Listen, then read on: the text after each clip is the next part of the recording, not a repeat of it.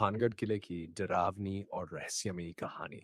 भानगढ़ एक किला जो कभी अपनी शान और रौनक के लिए मशहूर था, लेकिन अब ये सिर्फ एक खंडहर है जहां लोग जाने से डरते हैं। आखिर ऐसा क्यों पूरा नगर एक ही रात में वीरान हो गया?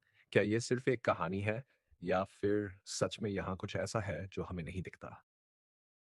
भानगढ़ किला क्यों वीरान पड़ा है? ये किला 7वीं शताब्दी में राजा भगवंत दास ने बनवाया था अपने पुत्र माधो सिंह के लिए। ये जगह कभी बेहद खूबसूरत थी। बड़े-बड़े महल, बाजारों में चहल-पहल, मंदिरों में गूंजते मंत्र। लेकिन अब सिर्फ सन्नाटा, वीरानी और एक अजीब-सी बेचैनी खत्म कर गया। कहानी तो कई हैं, लेकिन सबसे मशहूर है राजकुमारी रत्नावती और तांत्रिक सिंघिया की।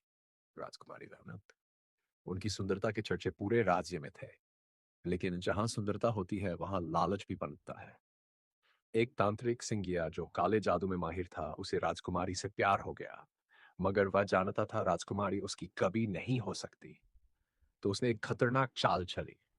एक दिन राजकुमारी की दासी बाजार से इत्र खरीदने गई और सिंगिया ने उस इत्र पर जादू कर दिया। सोचिए, अगर राजकुमारी ने वो इत्र लगा लिया होता तो वह हमेशा के लिए तांत्रिक के वश में हो जाती। पर किस्मत ने कुछ और ही सोचा था। राजकुमारी को शक हुआ। उन्होंने बिना देर किए इत्र की बोतल उठा ली और धड़ाम उसे एक बड़े पत्थर पर फेंक दिया। और फिर जो हुआ वो हैरान कर देने वाला था। पत्थर तांत्रिक की ओर तेजी से लुढ़कने लगा और एक ही पल में क्रैश! तांत्रिक कुचलकर मर गया। लेकिन मरने से पहले उसने भानगढ़ को श्राप दे दिया।